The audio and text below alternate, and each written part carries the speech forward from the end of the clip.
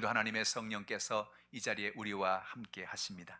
저는 여러분과 함께 고린도전서 3장 10절로 17절의 말씀에 근거해서 우리는 하나님의 성전입니다, 이런 제목으로 은혜의 말씀을 나누겠습니다. 바울은 고린도 교회 편지하면서 그 교회가 가지고 있는 여러 가지 갈등과 어려움을 해결하기 위해서 여러 가지 이야기를 합니다.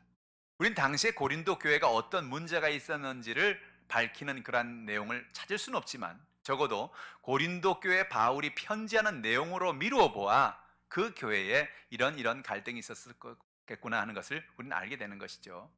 오늘 특별히 바울은 고린도전서 3장에서 고린도 교회가 가지고 있는 많은 어려움 가운데 교회 안에 여러 가지 갈등과 분쟁이 있었던 것을 이야기해 주고 있습니다. 그 왜 이런 분쟁이 일어났느냐? 바울은 가서 복음을 전해서 전도해서 그들을 예수 믿게 했습니다.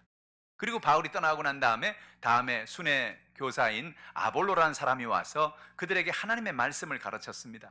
또 어떤 사람들은 베드로의 어떤 편지를 통해서 하나님의 말씀을 배우기도 했고, 어떤 사람은 예수 그리스도의 중심의 삶을 살아야 된다는 것을 강조하는 사람도 있었습니다. 그래서 고린도 교회에는 어떤 사람은 나는 바울을 따라가겠다, 어떤 사람은 나는 아볼로를 따라가겠다, 어떤 사람은 나는 베드로를 따라가겠다, 어떤 사람은 나는 예수를 따라가겠다, 그렇게 해서 교회 안에 분열과 갈등이 생겼던 것을 바울은 듣게 된 것입니다. 그래서 그 교회 편지하면서 아주 중요한 얘기를 해요. 우리가 믿음으로 바로 서서 예수 그리스도 중심의 삶을 살아야 된다는 것을 이야기하는 것입니다. 오늘 본문이 주는 진리의 말씀이 무엇일까요? 첫 번째로 하나님 중심의 삶을, 신앙생활을 하라는 것입니다. 고린도전서 3장 5절로 6절 보세요. 그런즉 아볼로는 무엇이며 바울은 무엇이냐? 그들은 주께서 각각 주신 대로 너희로 하여금 믿게 한 사역자들이니라. 나는 심었고 아볼로는 물을 주었을 때 오직 하나님께서 자라나게 하셨나니라고 말합니다. 바울도 아볼로도 하나님의 사역을 감당한 사역자라는 거예요. 바울은 전도를 했습니다. 아볼로는 그들에게 가서 물을 주었다는 것은 무엇입니까? 양육을 하고 그들의 말씀에 하나님 은혜 가운데 서게 가르쳤다는 것입니다. 그런데 실제로 바울은 심었고 아볼로는 물을 주었지만 그 모든 신앙이 자라게 하신 것은 하나님 외에는 없다는 것입니다. 그래서 우리가 바울을 따라갈 것이 아니고 아볼로를 따라갈 것이 아니고 하나님을 따라가라고 이야기하는 것입니다. 고린도전서 3장 7절에 그런즉 심는 이나 물 주는 이는 아무것도 아니로되 오직 자라게 하시는 이는 하나님뿐이니라. 하나님 중심의 신앙생활을 하라는 거죠. 우리가 초신자 시절에는 사람을 따라가기가 쉽습니다. 사람이 가르치는 것과 사람의 말을 따라서 움직이기가 쉬워요. 우리 한국에도 신앙생활을 하면서 많은 사람들이 사람을 따라간 그런 어려운 일들이 있었어요. 그 뭐냐? 사람을 따라가다 결국은 이단에 빠지고 삶의 연약함 속에 처하게 된 것입니다. 지금도 성경 공부를 하면서 사람들을 유혹하는 사람들이 있죠. 우리한테 와서 성경 공부를 하십시오. 성경 공부를 하다 보면 어느 정도는 성경을 가지고 가르치다가 마지막에는 뭐라냐? 이분을 따라가야 구원을 받습니다. 이분이 보혜사입니다. 이분이 구원자입니다. 그렇게 가르치는 것입니다. 그건 틀린 거예요. 왜? 성경은 어떤 사람도 구원할 수가 없습니다. 어떤 사람도 보혜사가 될 수 없습니다. 보혜사는 뭡니까? 보혜사는 성령을 말하는 것입니다. 성령은 하나님의 영이지 사람이 아니에요. 그래서 우리는 늘 하나님 은혜 가운데 성령을 따라가는 여러분 되기를 주님의 이름으로 축복합니다. 저는 지금도 제가 처음 목회를 시작했을 때 관악대교구의 봉천동에서 교구장으로 사역을 했는데 그때 일을 기억합니다. 정말로 그 봉천동에는 엄청나게 많은 이단들이 있었습니다. 여러분, 봉천동이란 이름 자체가 심각하지 않습니까? 밭들봉 하늘천, 봉천동, 하늘을 받드는 동네라. 그 봉천동이 사실 산동네가 많죠. 많은 사람들이 산에 살고 있는 그런 지역이었는데 요즘에는 뭐 여러분 엄청나게 많은 아파트가 들어섰습니다만 옛날엔 정말 어려운 그런 시절에 어려운 사람들이 많이 그곳에 살았어요. 그런데 그 봉천동에는 별의별 사람이 다 있습니다. 어떤 할머니는 자기는 하나님의 아내라고 하는 사람도 있었습니다. 별의별 이단이 다 있어요 거기에. 그래서 사람들을 미혹하는 것입니다. 나를 믿어야 구원을 받는다 막 이렇게 가르치는 겁니다. 어느 누구도 사람의 이름으로 구원할 수 있는 사람은 없습니다. 우리는 그걸 이단이라고 말을 하죠. 하나님 외에는 구원의 길이 없는 것을 깨닫는 저 여러분 되기를 주님의 이름으로 축복합니다. 시편 120편 1절로 2절에 내가 산을 향하여 눈을 들리라. 나의 도움이 어디서 올까? 나의 도움은 천지를 지으신 야훼에게서로다 그랬어요. 할렐루야. 우리가 인생을 살면서 누가 나를 도와줄 거냐, 어떤 사람이 나를 도와줄 거냐, 여러분, 사람이 도와줄 수가 없습니다. 나를 도와주는 분은 하나님이라는 것입니다. 천지를 지으신 그 하나님, 그 하나님이 나를 도와주시는 거예요. 내게 구원의 은혜를 통해서, 십자가를 통해서 나의 죄를 용서하시는 것입니다. 사람이 용서할 수 없습니다. 하나님의 성령의 은혜를 우리에게 보내셔서 우리에게 하나님의 성령 충만한 권능 있는 삶을 살게 해주시는 것입니다. 하나님이 하시는 것입니다. 우리의 가난과 저주를 예수님이 짊어지시고 우리에게 아브라함의 복을 주시는 것입니다. 사람이 하는 것이 아니오 하나님이 하시는 것입니다. 하나님의 은혜 가운데 우리의 모든 약함과 병든 것을 짊어지시는 것입니다. 저가 채찍에 맞음으로 너희가 나음을 받았느니라. 예수님이 우리의 병을 짊어지고 우리의 모든 약한 것을 고쳐주시는 것입니다. 사람이 하는 게 아니고 하나님이 하시는 것입니다. 영원한 천국을 우리에게 선물로 주시는 거예요. 사람이 하는 게 아니고 하나님이 하시는 것입니다. 하나님 중심의 신앙을 갖는 여러분 되기를 주님의 이름으로 축복합니다. 바울은 고백합니다. 바울은 아무것도 아니고 아볼로도 아무것도 아니다. 오로지 하나님 외에는 우리를 구원할 분이 없다. 우리는 자라게 하시는 하나님 중심의 신앙을 살아야 된다 하는 것입니다.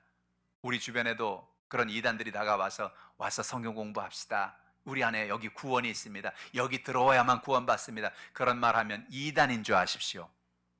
어디에도 그런 것은 없습니다. 하나님 은혜 외에는, 예수님의 십자가의 공로 외에는 다른 구원이 없습니다. 하나님을 의지하는 여러분 되기를 주님의 이름으로 축원합니다. 두 번째로 예수 그리스도 위에 바른 신앙의 집을 세우라는 것입니다.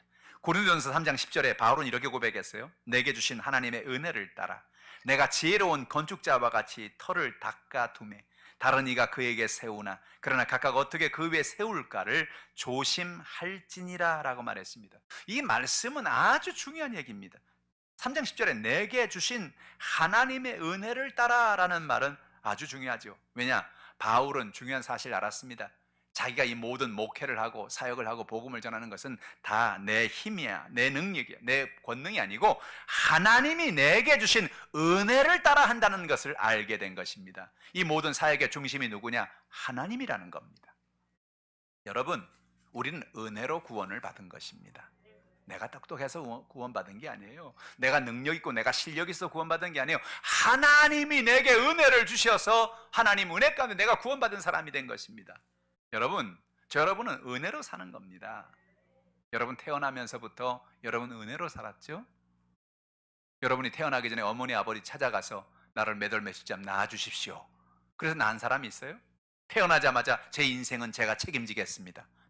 태어나자마자 나가서 아르바이트하고 일하신 분이 있어요? 아니요. 내가 아무런 힘이 없어요. 아무런 능력이 없어요. 그런데 내가 갓난아기로 태어나자마자 엄마가 젖을 먹이고 이유식을 주고 그렇게 우리가 성장한 것입니다. 아무런 힘이 없습니다. 아무런 능력이 없습니다. 그런데 우리는 하루하루를 어떻게 살았어요? 은혜로 살았습니다. 우리가 부모를 공경해야 될 이유가 거기 있는 거예요.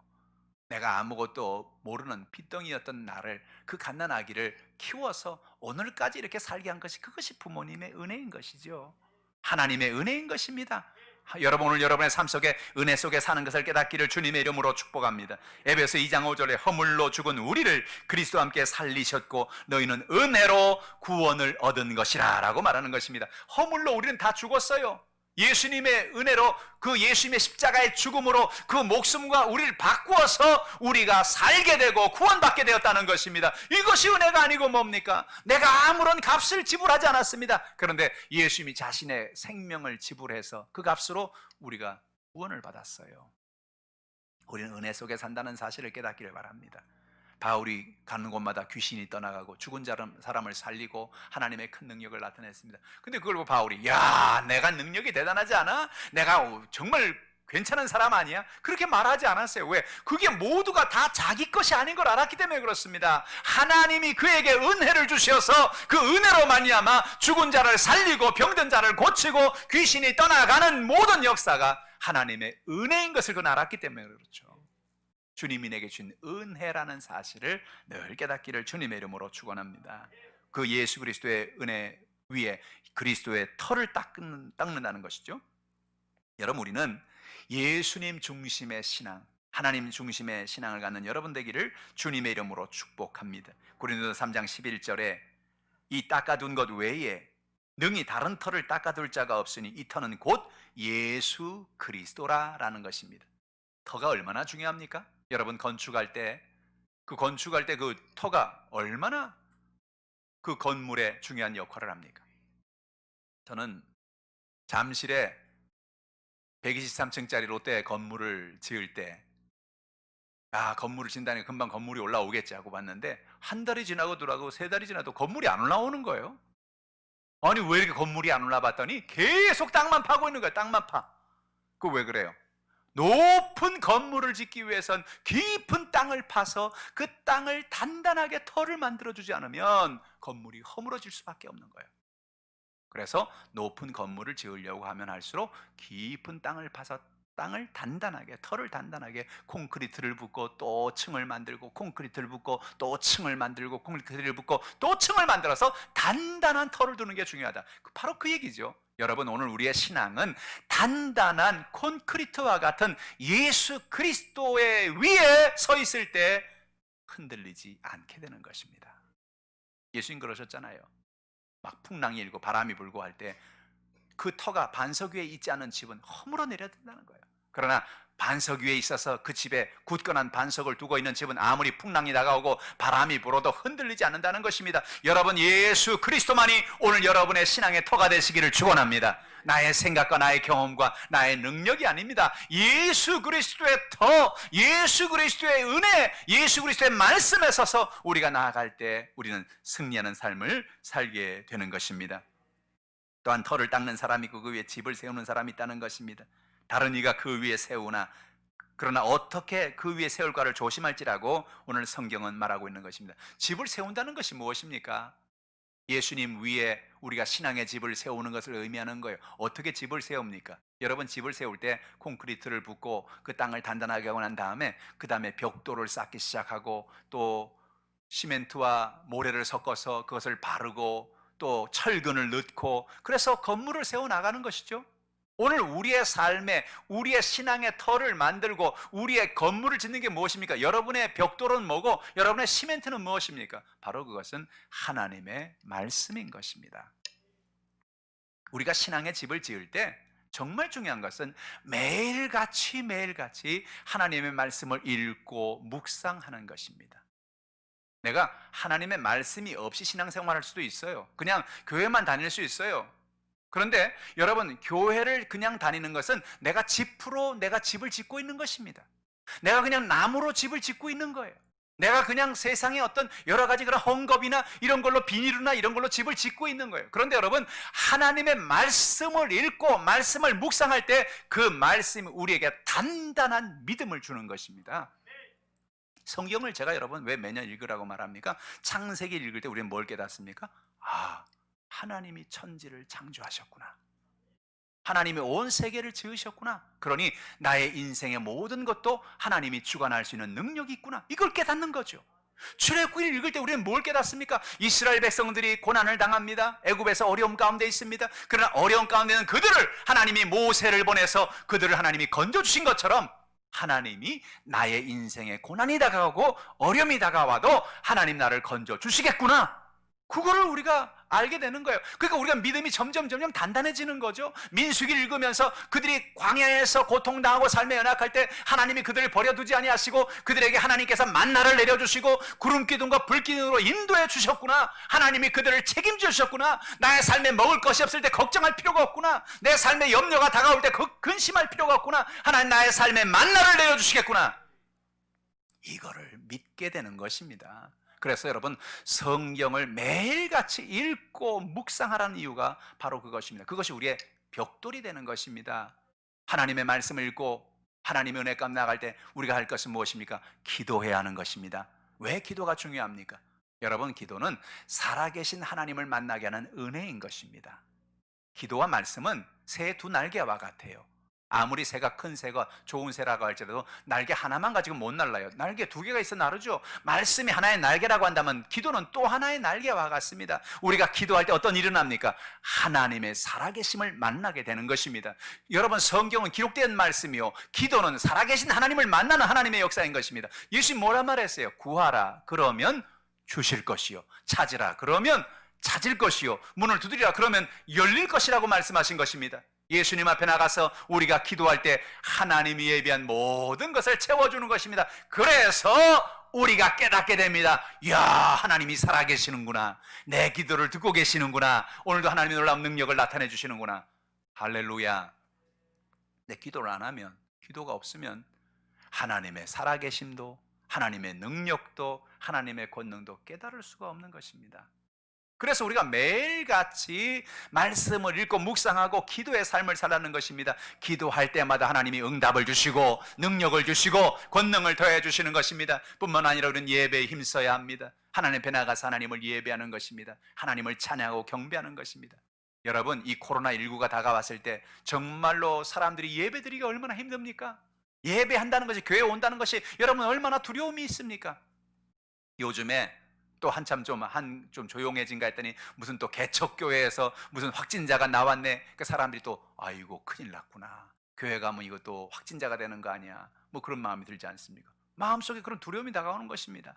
우리의 삶 속에 예배드리지 못하도록 마귀는 와서 각종 질병으로, 코로나19와 같은 문제로, 삶의 연약함으로 우리에게 어려움을 주고 두려움을 주는 것입니다. 그러나 여러분, 중요한 것은 무엇입니까? 우리가 하나님을 예배할 때 그 예배를 통하여 하나님이 영광을 받으시고 우리의 신앙의 집을 지어나가게 되는 것입니다. 매일같이 기도하고 말씀을 붙잡고 하나님의 은혜 가운데 예배할 때 우리가 1층을 쌓습니다. 또 하나님 은혜 가운데 믿음할 때 2층을 쌓습니다. 3층을 쌓습니다. 그래서 점점 믿음의 신앙의 집을 지어가는 것입니다. 흔들림이 없는 예수 그리스도의 반석 위에 우리가 믿음으로 서서 나가는 것입니다. 여러분, 너무 두려워하지 마십시오. 무엇입니까? 마귀는 와서 우리 마음에 두려움을 주는 거예요. 우리가 예배드릴 때 마스크 쓰고 각자 생활 방역을 하면서 거리를 떨어뜨려서 앉고, 그래서 여러분, 우리가 서로 앉을 때 지그재그로 앉으면 돼요. 앞에 2명 앉았으면 그 다음에 3명 앉으시고, 2명 앉으면 3명 앉으시고, 그래서 서로가 이렇게 바로 앞뒤에 사람이 바로 만나지 않도록 그렇게 지그재그로 떨어져서 앉아서 예배드리면, 마스크 쓰고 예배드리면 아무런 문제가 없는 것입니다. 얼마 전에 제가 얘기했죠. 한 400명 되는 교회에 확진자가 가서 예배를 드렸습니다.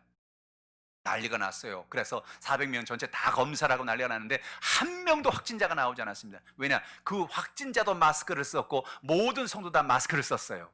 할렐루야. 그러니까 마스크가 그렇게 중요한 것입니다. 오늘 우리가 담대하게 하나님의 은혜 가운데 믿음으로 나아가는 예배자가 되시기를 주님의 이름으로 축원합니다. 하나님 앞에 나가 예배하자는 것입니다. 뿐만 아니라 우리는 복음을 전하며 살아가야 하는 것입니다. 여러분, 복음을 전하는 게 왜 중요하냐? 복음을 전하는 건 다른 사람만을 위해 중요한 게 아니에요. 복음을 전할 때 복음을 전하는 사람과 복음을 듣는 사람이 다 하나님의 은혜 가운데 변화의 역사가 나타나기 때문에 그렇습니다. 여러분, 그런 경험해 보신 적 있어요? 다른 사람에게 내가 복음을 전할 때 나도 모르게 막 가슴이 뜨거워지고 나도 모르게 막 은혜가 되고, 내가 복음을 내가 전하는데 그 사람이 은혜 받는 것뿐만 아니라 내가 더 큰 은혜를 받는 그런 경험을 할 때가 있지 않습니까? 내가 가졌던 하나님을 만났던 경험들, 내가 만났던 하나님의 응답받았던 이야기들 막 하면서 내가 막 가슴이 뜨거워지는, 이게 무슨 얘기인지 아십니까? 여러분이 누군가에게 복음을 전할 때 여러분 안에 하나님의 성령의 능력이 나타나서 여러분을 세워주는 거예요. 여러분의 믿음을 성장하게 만들어주는 거예요. 다시 한번 그때 그 은혜를 기억하게 만드는 것입니다. 맞다, 내가 예수를 믿지 않을 땐 그렇게 어려웠는데 내가 예수 믿고 나니까 내가 그렇게 큰 복을 받았지. 할렐루야. 전도는 비타민과 같습니다. 비타민은 다른 사람만 먹이면 돼요? 나도 먹어야죠. 비타민 A, B, C, D, E, F, G. 예? 여러분, 매일같이 비타민을 드시기를 주님의 이름으로 축복합니다. 그 비타민이 뭐라고요? 전도라고요. 다른 사람의 영혼을 살릴 뿐만 아니라 내 영혼의 비타민이 되는 것입니다. 내 신앙의 집의 비타민이 되는 것입니다. 여러분, 날마다 복음을 선포하는 여러분 되기를 주님의 이름으로 축복합니다. 어떤 분은 그래요. 목사님, 저는요 전도를 제가 잘 못해요. 그래서 제가 문서 전도를 하는 거예요. 책을 제가 출간하는 이유가 뭡니까? 여러분이 먼저 읽고 은혜 받고 그 책을 다른 사람에게 이렇게 알려주라는 거예요. 난 전도 잘 못해요. 난 입이 둔해요. 난 전도를 잘 못해요. 그러나 책은 줄 수 있잖아요. 이렇게만 얘기하면 돼. 이 책이요, 이스라엘의 최고의 왕이었던 다윗의 얘기인데요. 이 사람이 고난을 많이 겪은 사람인데 어떻게 고난을 이기고 왕이 됐는가? 그 비밀이 이 책에 담겨 있어요. 인생을 성공으로 이끄는 비결이 이 책에 있어요. 한번 읽어보. 이렇게 해서 여러분 책을 주면요, 그 사람 책을 안 읽을 수가 없습니다. 뭐라고? 목동 출신이 왕이 됐다고? 그 사람이 고난을 어떻게 극복했다고? 여러분, 우리는 지금 얼마나 지금 고난을 지나가고 있습니까? 이 코로나19라는 것 때문에 사람들이 막 두려움 속에서 고난 속에 살고 있는 거예요. 근데 그런 사람들에게 이런 책을 선물로 주면 책을 읽으면서 예수를 만나고 하나님을 만나게 되는, 그게 문서 선교의 힘인 거예요. 사랑하는 성도 여러분, 매일 복음을 전하고 사시기를 주님의 이름으로 축원합니다. 영적인 비타민을 얻는 여러분 되기를 주님의 이름으로 축원합니다. 뿐만 아니라 우리 하나님 앞에 나가서 하나님의 말씀 가운데 우리가 세운 집은 언젠가 검사를 통과해야 될 때가 온다는 것입니다.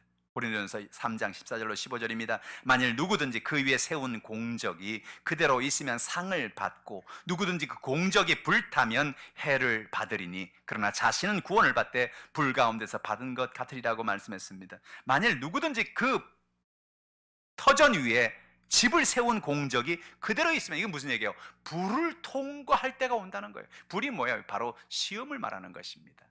우리가 이 땅을 떠나면서 예수님 앞에 우리가 지은 그 집이 제대로 된 집인지 아닌지를 주님이 시험하시겠다는 거예요. 그 시험은 뭐예요? 그 집을 불을 한번 이렇게 쓱 지나가게 하시겠다는 거예요. 그 집이 불을 지나가는데 비닐로 만들면 어떻게 되겠어요? 풀로 만들면 어떻게 되겠어요? 나무로 만들면 다 타버리죠? 벽돌로 만들어야지. 타지 않는 돌로 만들어야지. 할렐루야. 우리의 집이 타지 않는 물건으로 만들지 않으면 다 타버린다는 거예요. 인본주의에 서서 인간의 생각과 인간의 경험과 인간의 방법으로 그 집을 세울 수가 없습니다. 말씀 위에 서야 하는 것입니다. 기도로 세워야 하는 것입니다. 예배로, 복음 전도로 그 집이 굳건하게 세워질 때 아무리 불이 타도 그 집이 타지 않는 것입니다.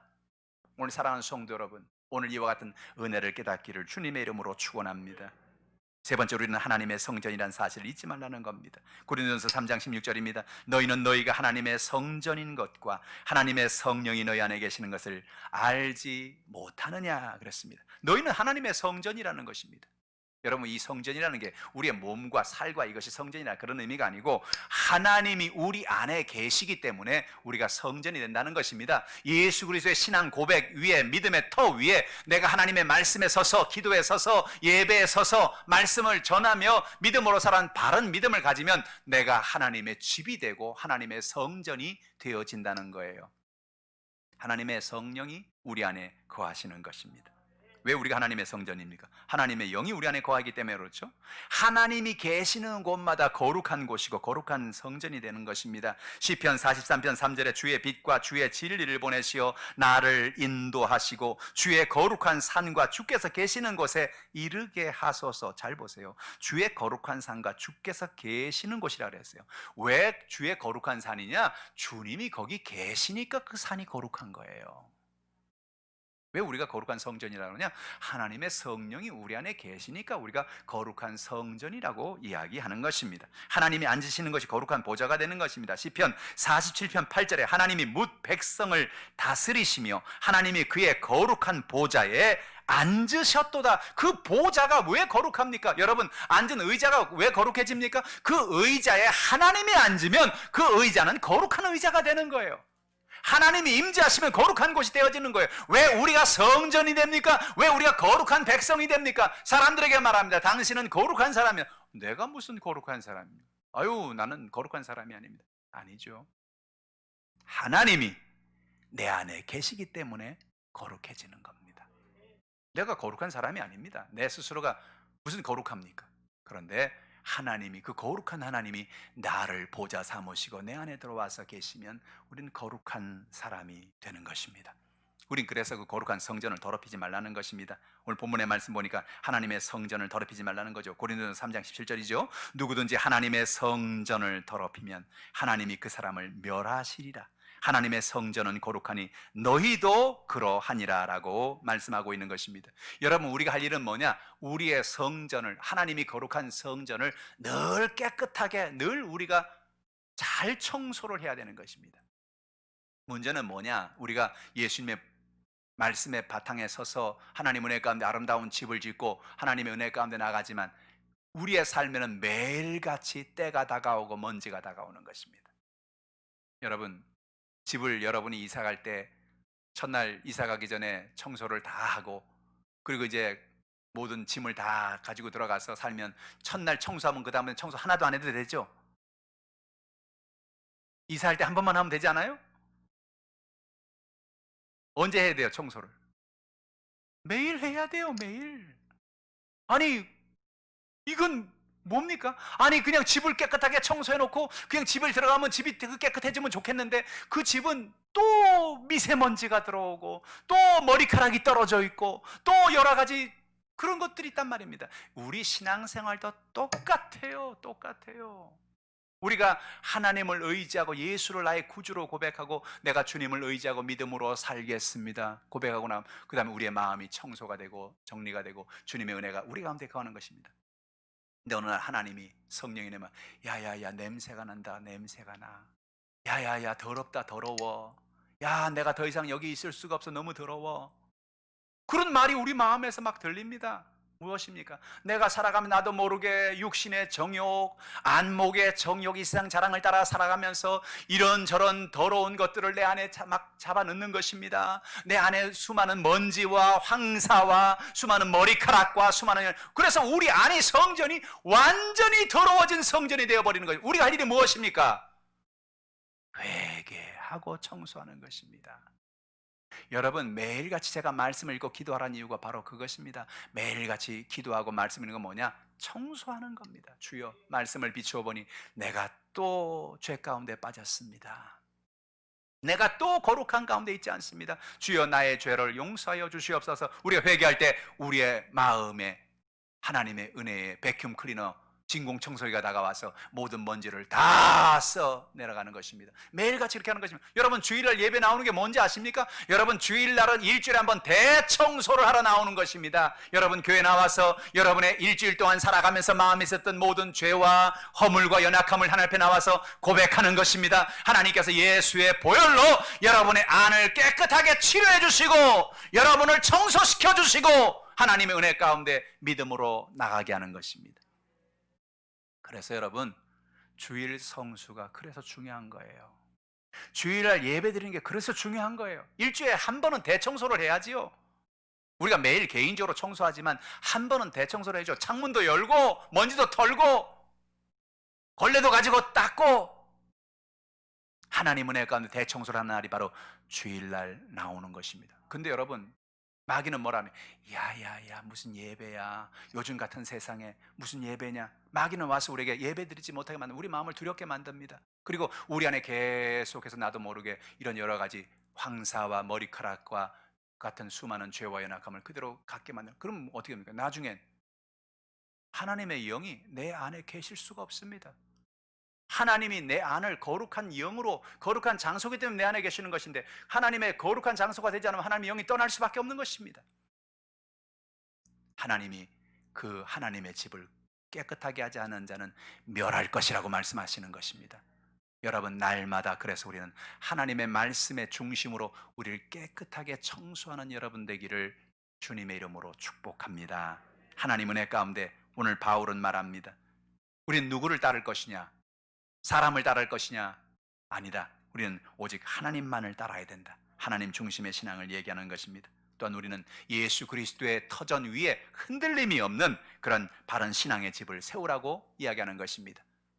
하나님의 말씀과 기도로 또 하나님 은혜 가운데 예배와 전도로 날마다 살아있는 아름다운 하나님의 집을 지으라는 것입니다. 우리가 하나님의 성령이 우리 안에 거한다는 것을 늘 잊어버리지 말고 우리 자신의 모든 죄와 허물을 주 앞에 고백하고 회개하고 우리 자신을 씻어서 하나님 은혜 가운데 거룩한 하나님의 영이 거하시는 깨끗하고 맑고 밝고 환한 아름다운 하나님의 성전을 날마다 이루어가는 저 여러분 되기를 주님의 이름으로 축원합니다. 기도하겠습니다. 하나님 아버지, 하나님 은혜와 사랑을 감사합니다. 고린도 교회에 하나님을 모르던 많은 사람들이 예수를 믿고 어떻게 신앙생활을 해야 될지 모르는 그들에게 바울은 편지하면서 그들이 사람을 의지하고 사람을 따라갈 것이 아니라 하나님을 의지할 것이라고 이야기해 주었습니다. 하나님 아버지, 오늘도 우리가 하나님 중심의 신앙을 가질 수 있도록 하나님 붙잡아 주시옵소서. 다른 터가 아니요, 다른 모래가 아니요, 단단한 반석이신, 만세 반석이신 예수님 그 믿음의 고백 위에 우리가 아름다운 신앙의 집을 지어가게 도와주시고, 늘 하나님의 말씀과 기도로, 하나님 예배와 전도로 우리의 삶이 생활화되어지는, 우리의 신앙이 날마다 살아나가는 놀라운 역사가 있게 하여 주시옵소서. 하루에 12번도 먼지가 다가옵니다. 우리의 모든 아버지 마음에 다가오는 육신의 정욕, 안목의 정욕의 이상 자랑이 우리를 더럽힙니다. 주여, 날마다 회개하고 주님을 의지함으로 하나님의 깨끗하고 하나님 아름다운 거룩한 하나님의 집을 지켜갈 수 있게 도와주시옵시고, 하나님의 영광을 위해 살아가는 우리 모두가 될 수 있도록 축복하여 주시옵소서. 감사드리며 예수님의 이름으로 간절히 기도하옵나이다. 아멘. 오늘 말씀을 생각하시면서 통성으로 기도할 때 여러분 가져 나온 가정의 문제를 놓고 기도합시다. 여러분 육신의 질병을 놓고 기도합시다. 오늘도 주의 성령께서 역사해달라고 주를 창하시고 통성으로 기도합니다. 주여, 할렐루야. 살아계시고 영화로우신 아버지 하나님, 하나님의 은혜와 사랑을 감사하고 하나님 앞에 영광과 존귀와 찬양을 올려드리며 주님을 의지하고 주를 바라보게 하시니 감사합니다. 하나님 아버지, 오늘도 성령의 놀라운 기름 부음이 우리 가운데 넘쳐나게 도와주시고 은혜를 베풀어 주심을 감사합니다. 하나님 아버지, 오늘도 우리가 하나님 중심의 믿음의 집을 지어가길 원합니다. 하나님이 기뻐하시는, 하나님이 우리를 통해서 이루시기 원하시는 하나님의 영광을 위해 살아가기를 원합니다. 주여, 영광을 나타내 주시옵소서.